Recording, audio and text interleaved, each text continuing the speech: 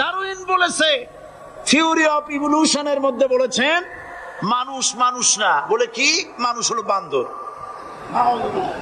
কপাল পোড়া কি কপালে লেগে থাকে? কাজে কামে প্রকাশ হয়ে যায়। ডারউইন বলল মানুষ মানুষ না। আলফ্রেড বললেন মানুষ হলো মানুষ মানুষই ঠিক, তবে মানুষ হলো সেক্স সর্বস্ব জীব। সেক্স সমস্যার সমাধান করলে মানুষের সব সমস্যার সমাধান হয়ে যাবে। কার্ল মার্কস বললেন মানুষ হলো পেট সর্বস্ব জীব, পেট সমস্যার সমাধান করে দিলে সব সমস্যা শেষ। আর ডারউইন বললেন মানুষ মানুষই না, মানুষ কি বলে বান্দর। ওরাং ওটাং শিম্পাজি আর ব্যাং থেকে মানুষের উৎপত্তি হয়েছে। আমি যখন জীবনের প্রথম শিম্পাজি দেখলাম, ওরাং ওটাং দেখলাম, তখন আমি মনে করেছি যে ডারউইন খামোখা ভুল করে নাই। এইটা দেখেই ও মনে করেছে যে এই হচ্ছে আমার মাতামহের গোষ্ঠী, এই হলো পিতামহের গোষ্ঠী।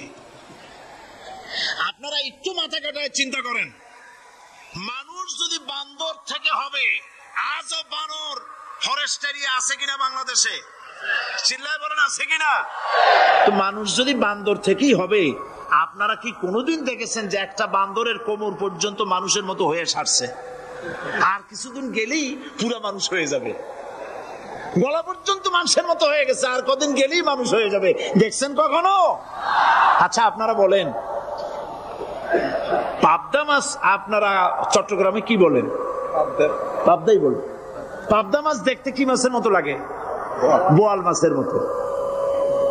কোন পাগলে কি বলছে কথা যে বোয়ালের পূর্বপুরুষ পাবদা? পাবদাগুলি পুটি টুটি খাইয়া খাইয়া আস্তে আস্তে বোয়াল হয়ে গেছে, এ কথা কেউ বলে? আচ্ছা শোলের যে ছোট সাইজ, শোল মাছ, গজাল মাছ, এর যে ছোট্ট সাইজ ভর্তা করে খায়, শুটকি বানায় খায়, ওগুলোর কি বলে?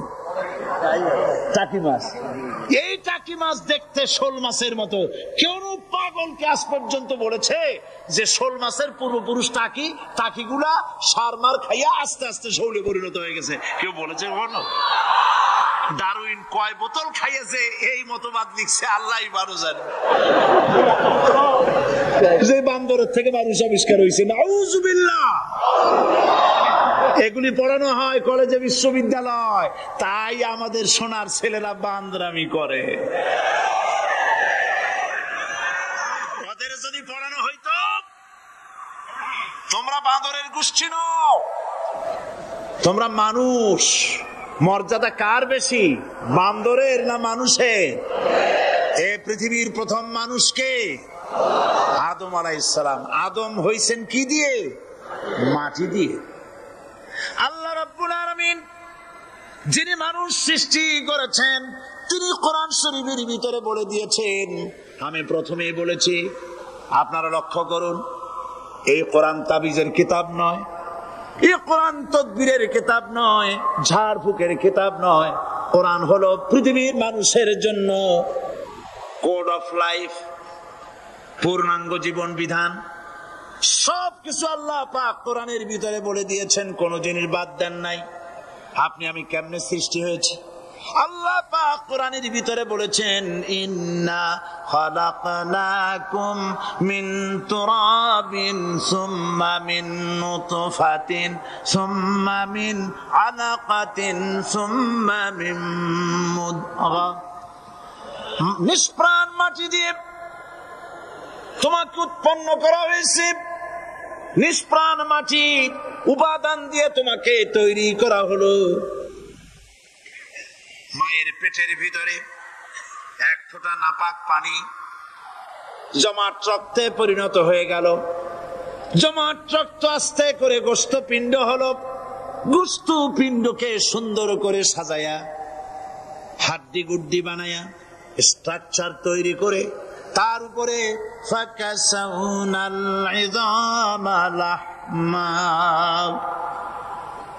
চামড়া দিয়ে গোস্ত দিয়া সাজায়া সুন্দর করে বানালাম। আল্লাহর পরিচয় শুনুন, আল্লাহ আমার কেমন আল্লাহ। মায়ের পেটের ভিতরে সন্তান বানায়া, এরপরে যখন রূহ দেওয়া হয়েছে, ক্ষুধা লেগেছে, খাবারের প্রয়োজন হয়েছে, আল্লাহ রাব্বুল আলামিন ওই কচি বান্দা মায়ের পেটে বসে কি খাবে, সেজন্য তার মা চিন্তা করে নাই, বাবা চিন্তা করে নাই, সরকার চিন্তা করে নাই।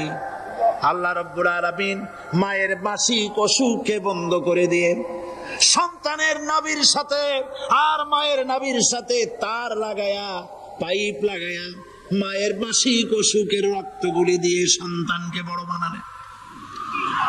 মুখ দিয়া এই রক্ত পান করালেন না, মুখটাকে পবিত্র রেখে দিলেন, যাতে করে পৃথিবীতে আসার পর ওই মুখ দিয়া আল্লাহ রাব্বুল আলামিনের জিকির করতে পারো।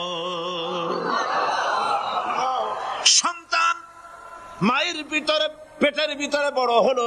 আল্লাহ রাব্বুল আলামিন বলেন, মাস দিন যখন পুরা হয়ে গেল, সুম্মা নুখরিজুকুম তিফলা, বাচ্চার আকারে পৃথিবীতে নিয়ে আসলাম। এখন খাবা কি? পৃথিবীতে যখন বাচ্চা এলো, তখন তার পেটের সাথে যে সংযোগ ছিল মায়ের নাভির সাথে আর সন্তানের নাভির সাথে, সেই সংযোগ তার আর কি থাকলো? কি করা হলো? কেটে দেওয়া হলো। লক্ষ্য করুন, খাবারের জন্য একটি মাত্র পাইপ আল্লাহ লাগাইছিলেন, পৃথিবীতে সন্তান আসার সঙ্গে সঙ্গে পাইপটা কেটে দেওয়া হলো। এবার কি খাবে? আল্লাহ রাব্বুল আলামিন মায়ের বুক থেকে সন্তানের জন্য এবার সিঙ্গেল সিগন্যাল, তার জন্য সিঙ্গেল কোন লাইন যেটা ছিল কেটে দিয়া মায়ের বুক থেকে সন্তানের জন্য ডাবল লাইন আল্লাহ চালু করে দিলেন। এমন দুধ বানাই দিলেন যা শুধু খাবার নয়, শুধু ফুড ভ্যালু নয়। এই দুধের ভিতরে ক্যালসিয়াম, এর মধ্যে ভিটামিন, এর মধ্যে আয়রন, এর মধ্যে মেডিসিন। দুনিয়ার এই সন্তান ছিল ফি কারারিম মাকিন, সুরক্ষিত জায়গার ভিতরে ছিল। কোন পলিউশন সেখানে যেতে পারতো না, রোগের জার্ম সেখানে যেতে পারতো না। দুনিয়ায় এলো দূষিত আবহাওয়ার ভিতরে। এই সন্তানকে এখনই অ্যান্টিবায়োটিক খাওয়ালে পরে অসুবিধা হবে। আল্লাহ রাব্বুল আলামিন মায়ের দুধের ভিতরে ঔষধ দিয়া রোগের প্রতিষেধক বানায়া দিলেন। এ হলো আমার আল্লাহ। এ আমার কে? আল্লাহ। জোরে বলেন আল্লাহ। আল্লাহ, আল্লাহ রাব্বুল আলামিন মায়ের দুধ দিয়ে সন্তানকে বড় করলেন আর শোনায় দিলেন, খবরদার এই মায়ের সাথে, এই বাপের সাথে নাফরমানি করবি না। মা বাপের জন্য আমার কাছে দোয়া করবে, রব্বির হামহুমা কামা রাব্বায়ানি সগীরা। সবাই পড়েন আমার সাথে, রব্বির হামহুমা কামা রাব্বায়ানি সগীরা। আল্লাহ পাক শিখাই দিলেন বান্দারে আমার কাছে দোয়া করায়, আল্লাহ আমার মা বাপ আমাকে ছোটবেলায় যেভাবে স্নেহ করে লালন পালন করেছে, এইভাবে আমার মা বাপকে যে তোমার রহমতের কোলে লালন পালন করো। মনে থাকবে ভাইরা? বলেন মনে থাকবে? প্রত্যেক নামাজের পরে মা বাবার জন্য দোয়া করবেন, বেঁচে থাকুক আর মরে যাক, দোয়া করবেনই। মনে থাকবে? রব্বির হামহুমা কামা রাব্বায়ানি সগীরা। আবার পড়েন, রব্বির হামহুমা কামা রাব্বায়ানি সগীরা। আল্লাহ পাক মায়ের মর্যাদা এত বাড়াইছেন। সাহাবী প্রশ্ন করেছে, ইয়া রাসূলুল্লাহ খেদমত করব কার? হুজুর বলেন, তোমার মায়ের, তারপরে কার? তোমার মায়ের, তারপরে কার? তোমার মায়ের, তারপরে কার? তোমার পিতার। বাপের চাইতে মায়ের মর্যাদা আল্লাহ 3 গুণ বাড়াইয়া দিলেন, 3 গুণ বৃদ্ধি করে দিলেন। হাদিস শরীফ এসেছে, হযরত আবী হুরায়রা রাদিয়াল্লাহু তাআলা আনহু রাসূলের কাছে এসে রাতের বেলায় কাঁদতেছিলেন। হুজুর প্রশ্ন করলেন, আবু হুরায়রা কাঁদো কেন? হযরত আবু হুরায়রা বলছেন, হুজুর মা আমাকে মেরেছে। তিনি প্রশ্ন করলেন, আচ্ছা মা তোমার মারলো কেন? তুমি কি কোনো বেয়াদবি করছো? তিনি বললেন না। তবে মারলো কেন? হযরত আবু হুরায়রা বলেন, ইয়া রাসূলুল্লাহ, আপনার খেদমত থেকে বাড়ি ফিরতে আমার দেরি হয়ে গিয়েছিল। গভীর রাত্রে যখন বাড়ি গেছি, মা আমাকে প্রশ্ন করলেন, বাবা দেরি হলো কেন, কোথায় ছিলি?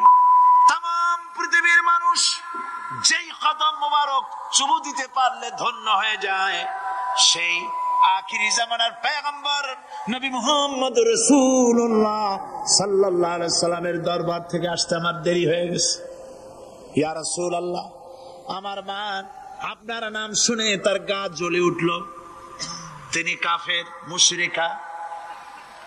আপনার নাম শুনে অগ্নি শর্মা হয়ে আমাকে ধরে পিটানো আরম্ভ করলেন আর বললেন, আবু হুরায়রা, হয় মুহাম্মদ সাল্লাল্লাহু আলাইহি সাল্লামের বাড়ি ছাড়বি, নইলে আমার বাড়ি ছাড়বি, কি করবি বল। মার খেতে খেতে আমি বললাম, মা তোমার গায়ে যত শক্তি আছে আমারে মারো, তোমার বাড়ি শুদ্ধ তাম দুনিয়াটা ছেড়ে দিতে পারি, মুহাম্মদ রাসূলুল্লাহর কদম মোবারক ছেড়ে দিতে পারি না। হুজুর, আমার মা গলা ধাক্কা মেরে আমাকে বের করে দিয়েছেন। হুজুর বলছেন, আবু হুরায়রা, মা তোমাকে মেরেছে আর আমার কাছে নালিশ করছো, আমি তোমার মায়ের কোনো বিচার করতে পারবো না। সুবহানাল্লাহ, এত বড় পাওয়ারফুল নবী, শানওয়ালা, ইজ্জতওয়ালি, বরকতওয়ালি, এত বড় নবী বলছেন মা মেরেছে, আমার করার কিচ্ছু নাই। সুবহানাল্লাহ। তোমার মা মুশরিকা হোক আর যাই হোক, তোমার মা। সুবহানাল্লাহ বলেন। আমার বন্ধুগণ, হযরত আবু হুরায়রা বলেন, ইয়া রাসূলুল্লাহ, মায়ের বিরুদ্ধে কোনো অভিযোগ নিয়ে আমি আপনার কাছে আসি নাই। হুজুর বললেন, কেন আসছো বলো খুলে। আবু হুরায়রা বলেন, হুজুর আমি জানি আপনি আল্লাহর দরবারে যদি কোনো ব্যাপারে হাত তোলেন আল্লাহ মঞ্জুর করে ফেলেন। আপনি দয়া করে আমার মার জন্য দোয়া করেন, আল্লাহ যেন হেদায়েত দিয়ে দেন। আমার নবীজি দুখানে হাত উত্তোলন করলেন, বললেন, আল্লাহুম্মা ইহদি উম্মা আবি হুরায়রা, আয় আল্লাহ আমি দোয়া করতেছি আবু হুরায়রার মাকে হেদায়েত নসিব করো। হুজুর হাত তুলে মোনাজাত করছেন, আবু হুরায়রা দৌড় দিলেন বাড়ির দিকে।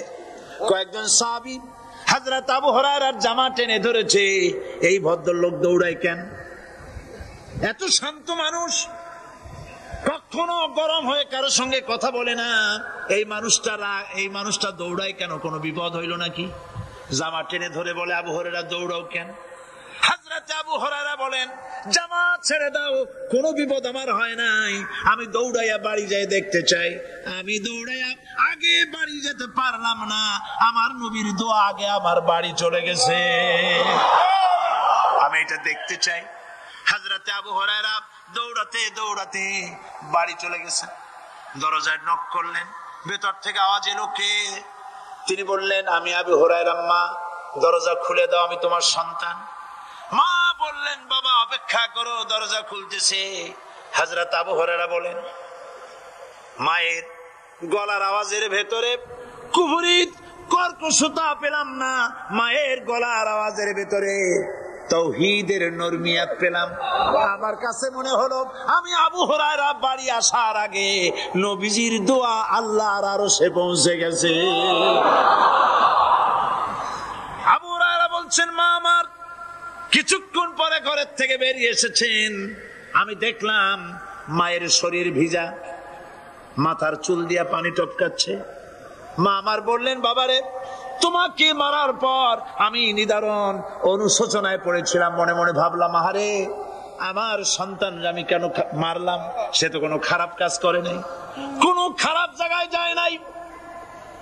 এত ভালো মানুষ, যার সম্পর্কে লোকেরা খামোখাই মিথ্যা কথা বলে, এই ভালো মানুষটার কাছে গেছে, সেজন্য আমি মারলাম কেন? বাবা গো, আমি আমার ভুল বুঝতে পেরেছি, জীবনের ভুলও ধরা পড়েছে, আমাকে জলদি করে নিয়ে চলো বিশ্ব নবীর দরবারে। হযরত আবু হুরায়রার মা রাসূলুল্লাহর খেদমতে এসে ঘোষণা করলেন, আশহাদু আল্লা ইলাহা ইল্লাল্লাহু ওয়াহদাহু লা শারীকা লাহু ওয়া আশহাদু আন্না মুহাম্মাদান আবদুহু ওয়া রাসূলুহু। আমার ভাইয়েরা, আল্লাহ রাব্বুল আলামিন মানুষ সৃষ্টি করে পৃথিবীতে পাঠায় দিলেন, খাবারের ইন্তজাম করলেন। এগুলি সব আল্লাহর পরিচয়। আল্লাহরে চেনার জন্য বড় বড় কিতাব ঘাটা লাগে না, কিসমতে যদি থাকে দুই একটা দৃষ্টান্ত যথেষ্ট হয়ে যায়। সুবহানাল্লাহ, সুবহানাল্লাহ, দুই একটা দৃষ্টান্ত যথেষ্ট।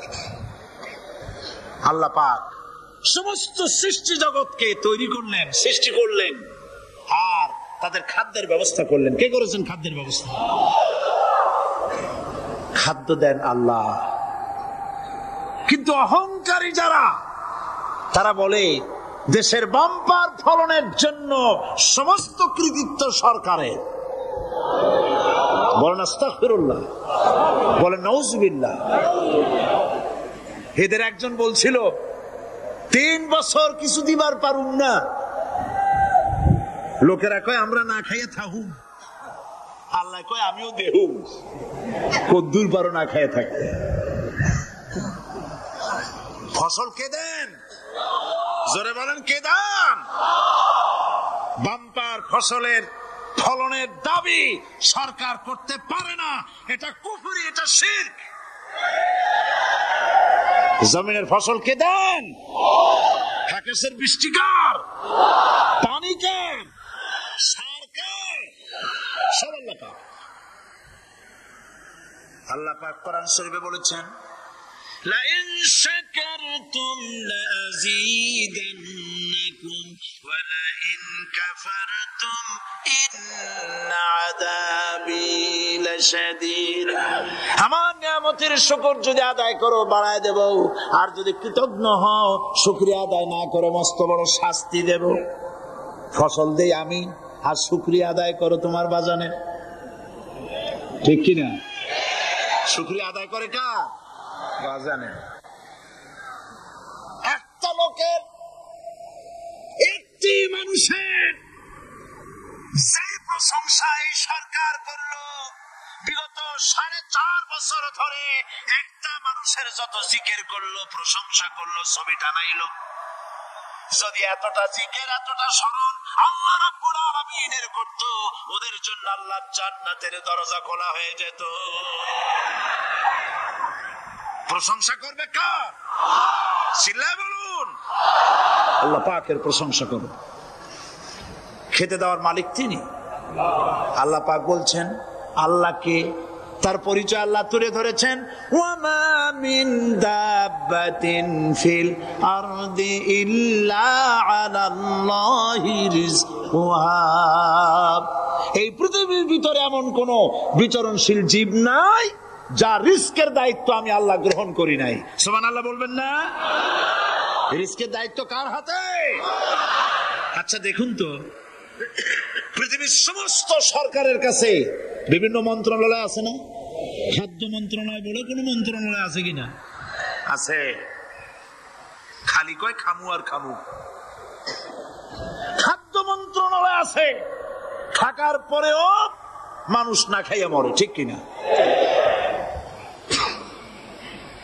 এবার একটু তাকান তো, জ্ঞানের চক্ষু দিয়ে তাকান।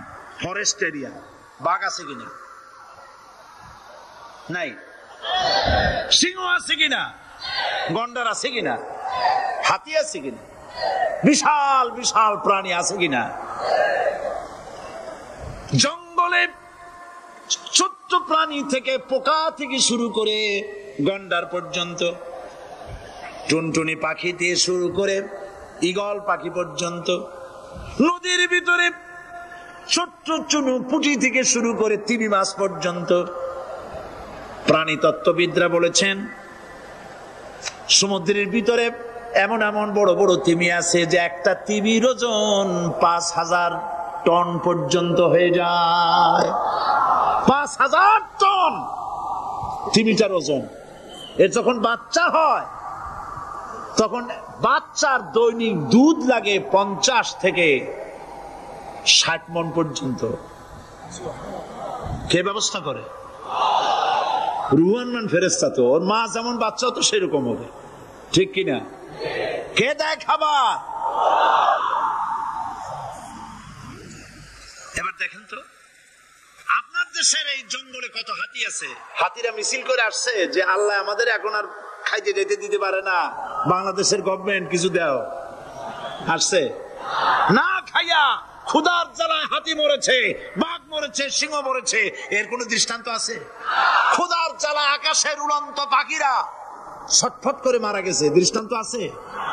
নদীর মাছেরা ক্ষুধার জ্বালায় ভেসে উঠেছে, না খাইয়া মরে গেছে, দৃষ্টান্ত আছে? মহান আল্লাহ রাব্বুল আলামিন কোরআন শরীফের ভিতরে বলেছেন, অনেক প্রাণী এমন আছে যারা তাদের খাদ্যকে সঞ্চয় করে না, খাদ্যকে জমা করে না, আহরণ করে না।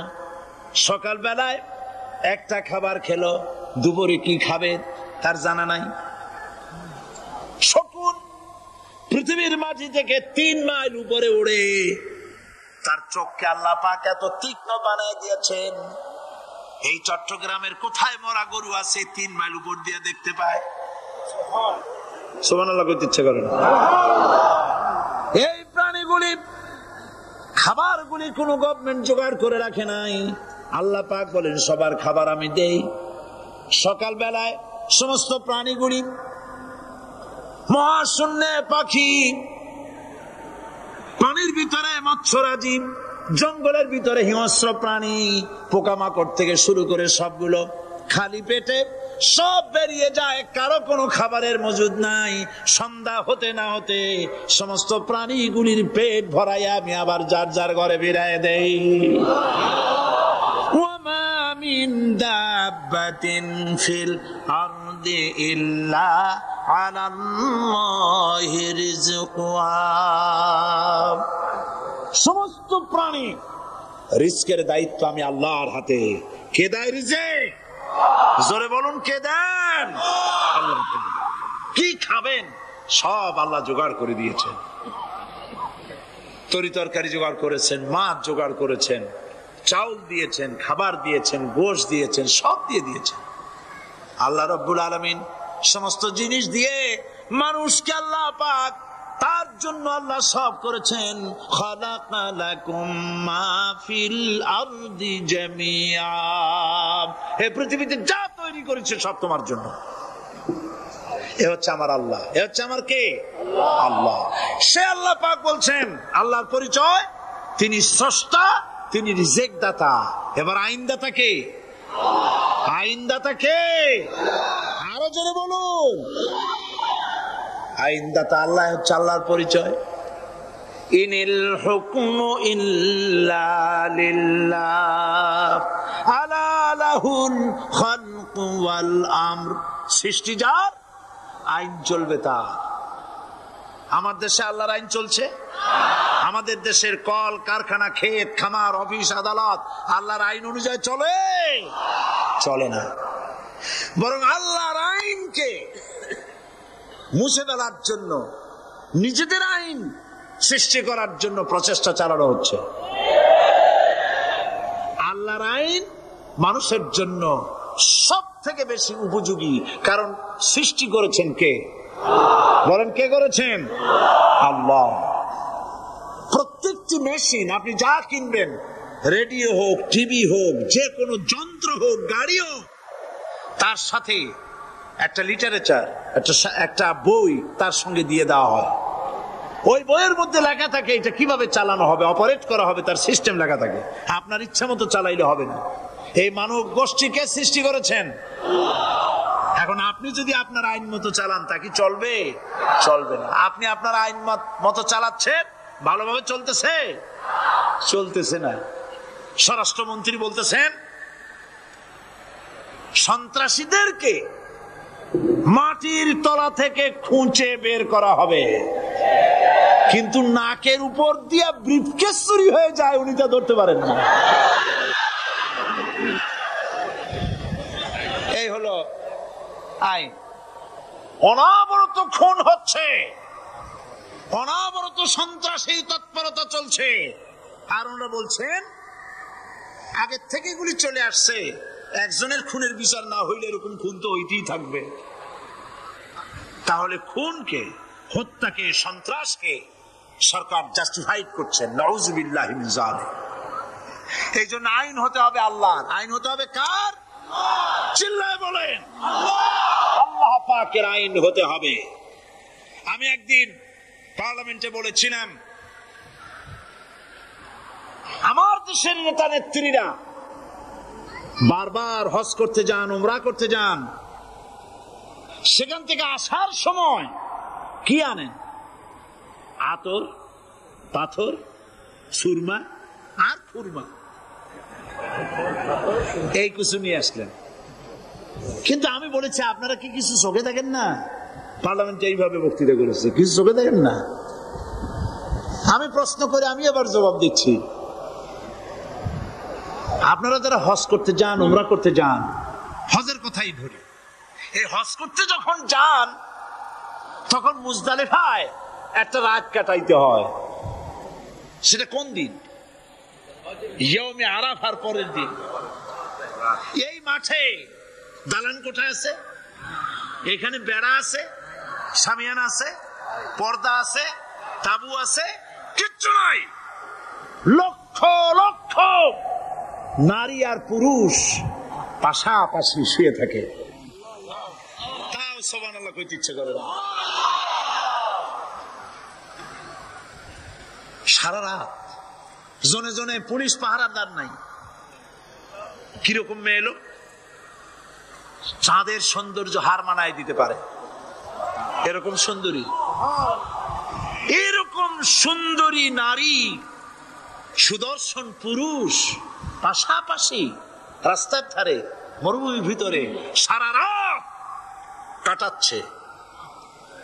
ইয়মে আরাফার পরের রাতটা একটা রাত পুরা। এভাবে চলতেছে বছরের পর বছর, শতাব্দীর পর শতাব্দী, সহস্রাব্দীর পরে সহস্রাব্দী। আমি প্রশ্ন করি, পৃথিবীর ইতিহাসে কেউ কি এমন কথা বলতে পেরেছে, লিখতে পেরেছে যে মুজদালিফার রাতে সেখান থেকে 10টা নারী হাইজ্যাক হয়েছে, 5টা নারী লাঞ্ছিত হয়েছে? বলতে পারবে? গভীর রাত্রে পুরুষ সঙ্গী ছাড়া সুন্দরী রমণী, যুবতী রমণী একাকিনী নিজের ঘর ছেড়ে আল্লাহর ঘরে তওয়াব করতে আসে।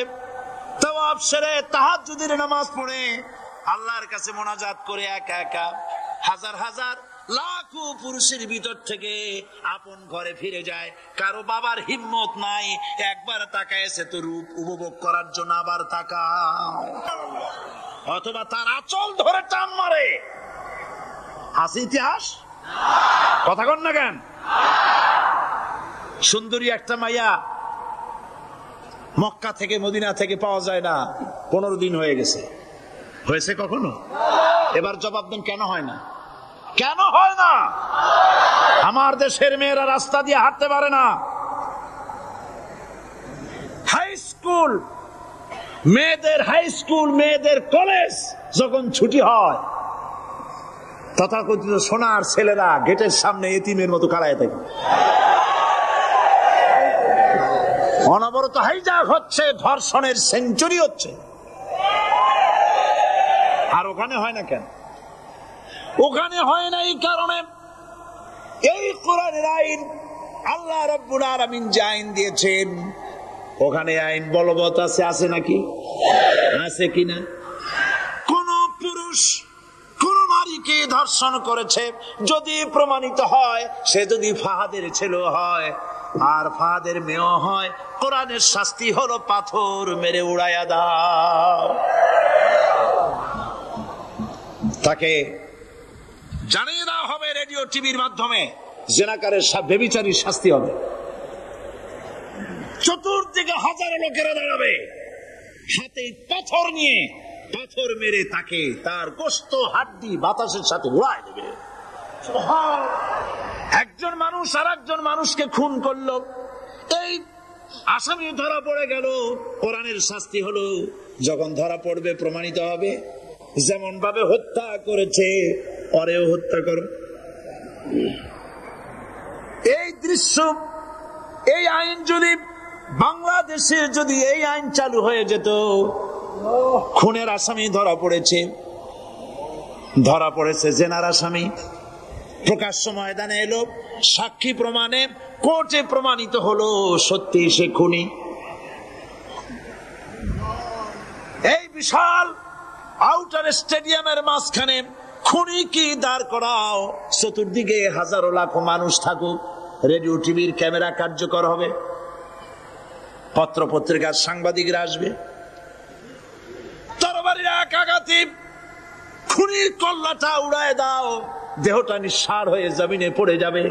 এই দৃশ্য যারা দেখবে স্বচক্ষে, রেডিওতে, পত্র পত্রিকায়, আর 1 বছরের ভেতরে খুন করার হিম্মত কারো কলিজায় উঠবে?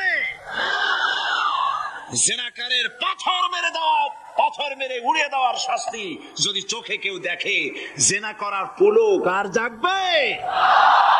এটা নাম আল্লাহর আইন। এই আইন কার? এই আইন কার?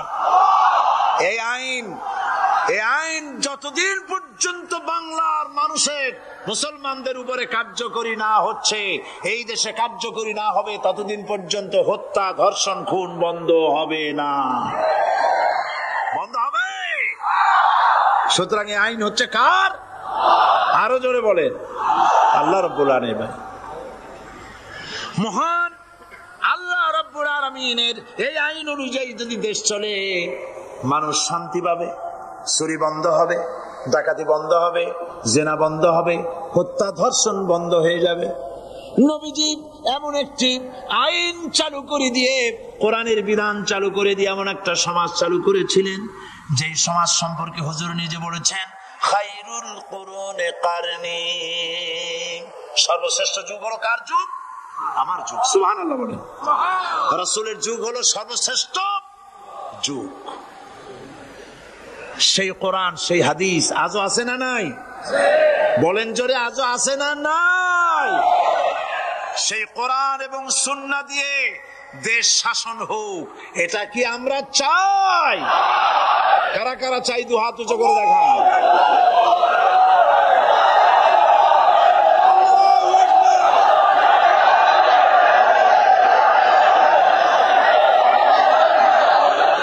আরে ভাই, আপনারা দাঁড়ায় গেলেন কেন? বসেন বসেন। আমি তো একটা স্লোগান দিতে বললাম, হাত দেখতে চাইছি আমি, মাথা দেখতে চাই নাই। এই সুযোগে কোমরটা সোজা করে নিলেন। আচ্ছা বসেন, আর মহব্বতের সাথে জিকির করেন, লা ইলাহা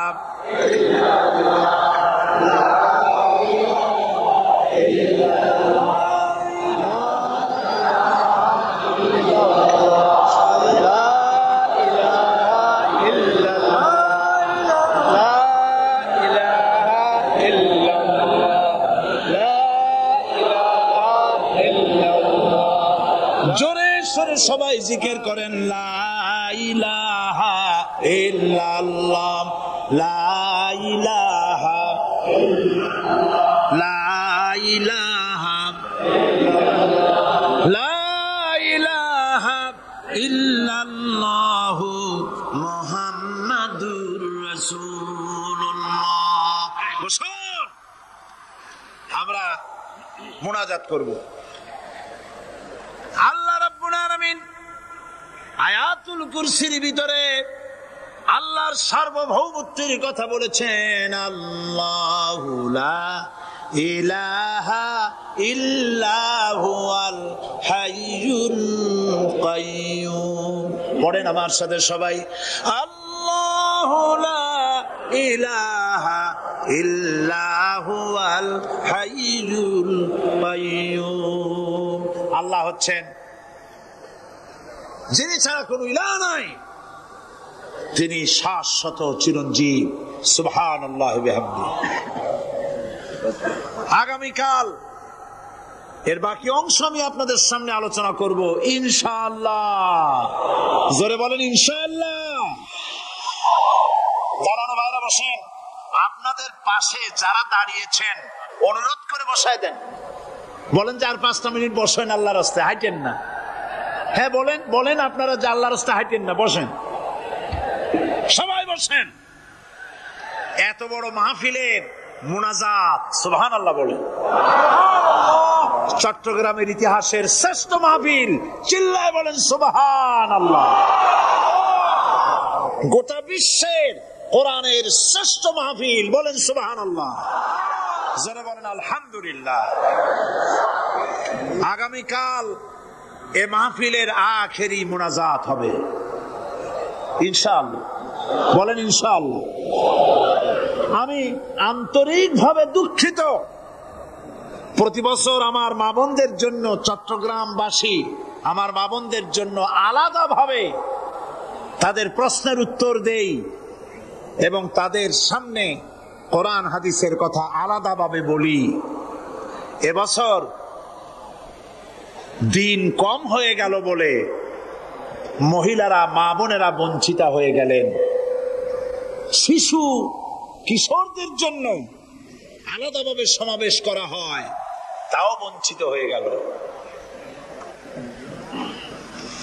এই বিশাল তাফসীরুল কোরআন মাহফিলের বরকত থেকে চিটাগংবাসীকে যারা বঞ্চিত করলো, আল্লাহ তাদের হেদায়েত নসিব করে দিন। যদি হৃদয় থাকে, যদি হৃদয় বলে কিছু থাকে, বিবেক বলে যদি কিছু থাকে, আর শরীর যদি মুসলমানের পিওর রক্ত থাকে, তাহলে বাড়ি বসে অনুশোচনা করা উচিত, চোখের পানি ফেলানো উচিত ওই সব লোকের যারা এই বরকতপূর্ণ মাহফিলকে বাধা দিয়েছে। আর যাদের কলজার মধ্যে আল্লাহ মোহর মেরে দিয়েছে, এগুলোর তো হেদায়েত হবে না। যাদেরকে আল্লাহ পাক তৈরি করেছেন জাহান্নামের জন্য, ওদের কাছে মাহফিল অসহ্য, সহ্যই হবে না। নাউজুবিল্লাহ বলেন।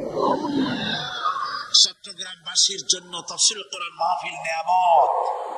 এই নিয়ামত কিয়ামত পর্যন্ত আল্লাহ টিকায় রাখুন, বলি আমিন।